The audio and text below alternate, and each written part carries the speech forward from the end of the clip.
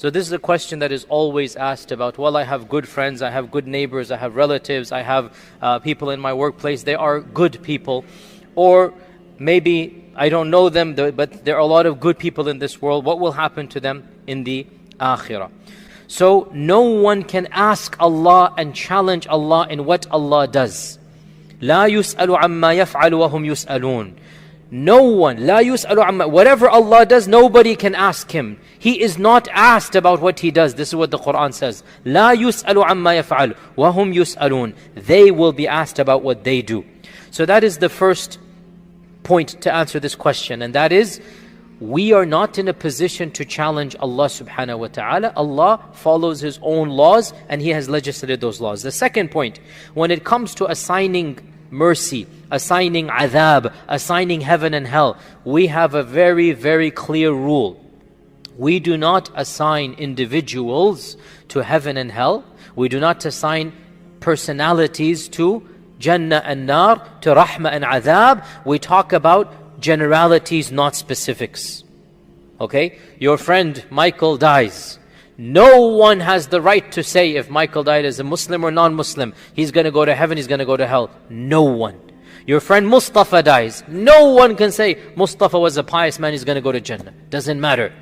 We are quiet about individuals except if Allah has said, تَبَّتْ يَدَ أَبِي لَهَبٍ وَتَبْ مَا أَغْنَ عَنْهُ مَالُهُ وَمَا كَسَبْ سَيَصْلَى what? نَارًا. We can say Abu Lahab is in Nar because Allah says so. Otherwise, we are quiet about individuals. We never assign any individual to any specific fate, but we speak in generalities. We speak with conditions. Those who believe and do righteous deeds will go to Jannah. This is generalities. Those who reject Allah will go to Jahannam. This is generalities. Mustafa, Michael, who might have done this and that, we are quiet because we do not know what is inside of them. Okay? The third point, it is very, very clear in the Quran and Sunnah that there is one path that leads to Jannah. Inna deena indallahi al-Islam. The religion that is acceptable to Allah is al-Islam. Allah says in the Quran, قُلْ كُونُوا هُودًا أَوْ نَصَارَىٰ قَالَ تَهْتَدُوا بَلْ مِلَّةَ إِبْرَاهِيمَ حَنِيفًا وَقَالُوا كُونُوا هُودًا أَوْ نَصَارَىٰ تَهْتَدُوا.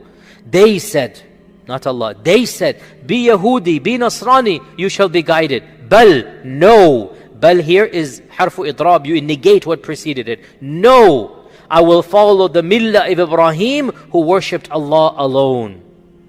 Allah subhanahu wa ta'ala says in the Quran, وَمَنْ يَبْتَغِ غَيْرَ الْإِسْلَامِ دِينًا فَلَنْ يُقْبَلَ مِنْهُ وَهُوَ فِي الْآخِرَةِ مِنَ الْخَاسِرِينَ. This is the most explicit verse in the Quran that is imaginable. You cannot even word a verse that is more explicit. It's not even possible in the Arabic language.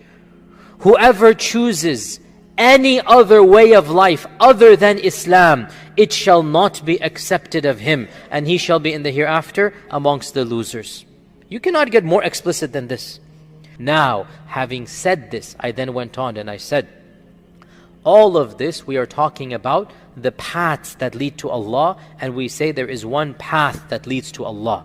Only one path.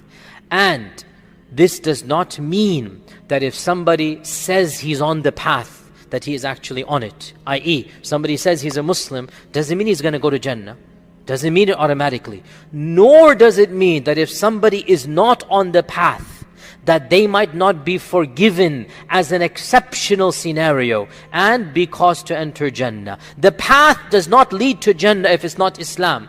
But it is possible that somebody on another path might be forgiven by Allah due to specific circumstances. And we all know exceptions are not made the rule. The rule is very clear. What is the rule?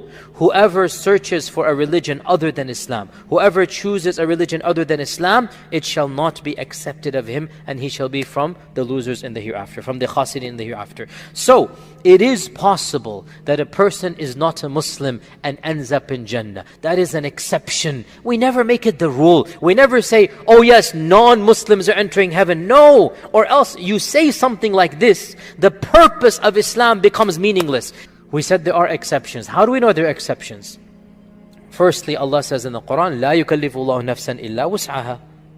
And Allah says in the Quran, وَمَا كُنَّا مُعَذِّبِينَ حَتَّى نَبْعَثَ رَسُولًا. We will not punish anyone until the Prophet has been sent. And that's why our Prophet ﷺ said that whoever hears about me and then rejects me. Aha! So the one who doesn't hear about our Prophet ﷺ, or our scholars add to this, the one who doesn't hear correctly, i.e., he had a very negative image of Islam and he didn't know what Islam was, he never read the books of Islam, he never met a Muslim. So this person, what is his fate? Do we automatically say they're going to go to Jannah, which is what some of our previous scholars said? That is also not very logical, because if the one who doesn't know Islam automatically enters Jannah, and you are a Muslim and you meet this person, why should you give him da'wah when automatically he's entering Jannah? Think about it like that.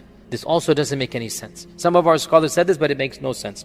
The correct position is mentioned in the hadith in Musnad Imam Ahmad, that our Prophet ﷺ said, there will be 4 people on the Day of Judgment. And he mentioned them. The old man who couldn't think straight when Islam came to him, the decrepit old man, number 1. Number 2, the deaf person. Remember, before there was sign language, a person born deaf meant he is not communicating. Nobody can talk to him, doesn't understand anything. Helen Keller inventing sign language changed the whole world for that group of people and allowed them to communicate. Otherwise, for centuries and centuries, a person born deaf could not communicate with anything, and so there was as if they were living in a different dimension. So the one born deaf and the one born between 2 prophets, Ahl al-Fatra, right? And the one no prophet was sent to. So the Prophet mentioned categories. They will say to Allah on Judgment Day, oh Allah, it's not our fault. And each one will give an excuse. So Allah will say, what if I had sent you a prophet and you saw the prophet? Would you have believed in him? Of course, on Judgment Day, what will they say? Yes, of course. So Allah will say, I will test you. Then Allah will send an angel, and the angel will have something that looks like fire, and they will recognize him to be from Allah as an angel. And the angel will say, if you truly believe in Allah, jump into this. And so those who trust Allah and jump in will be saved by Allah and enter Jannah, and those who don't will have rejected. The point is, there will be a test on Judgment Day for those people. We can make qiyas upon this and say, anyone who did not hear of Islam and lived in times and places where there was no access to Islam, that person will be tested on Judgment Day, no problem. Okay, bottom line, that this question, we understand why it's so relevant, people want to ask it, we understand why people get emotional, but at the same time, from a textual and logical and rational perspective, from a unanimous perspective, every single evidence of the Sharia and our common sense tells you, religions are either right or wrong, there's no middle path. Yes, we live in this world in peace and harmony, no question about it. Yes, we have good adab, no question about it. Yes, we are kind and merciful, no question about it. But on Judgment Day, there is one religion that will be rewarded, and there is one religion that is correct. That you cannot both simultaneously be correct. Either it is okay to worship an idol, or it is not okay. Either you bow down in front of Jesus Christ, or you don't. Either you worship Allah, or you don't. There is no middle ground. So we say, Inna Deena Indallahi al-Islam. And this is what we preach to the people.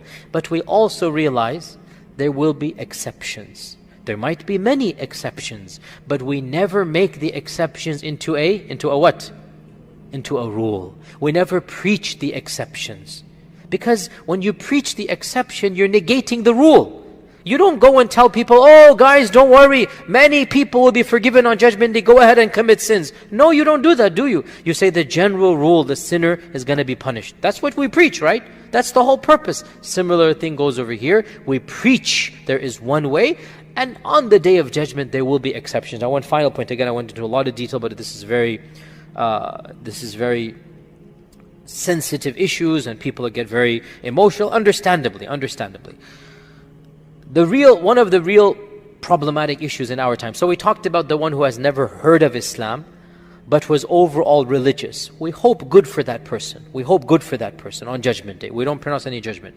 That person never heard of Islam. Talk about the tribes of Brazil. Some, or go back 500 years, the people living in this land, the native Indians. They would never have heard of Islam. We hope good for them, that if they were faithful to their morality, and they try to live good lives, and inside everybody knows what is a good life, we are hopeful, but we don't pronounce a judgment. We talked about those who have the potential to hear Islam, but they don't do so. And we say that's not good news. that's not that optimistic. If they just lock themselves shut in their houses, if they just want to live their lives like animals and don't think about higher cause, they are falling short. So that's a problem on them.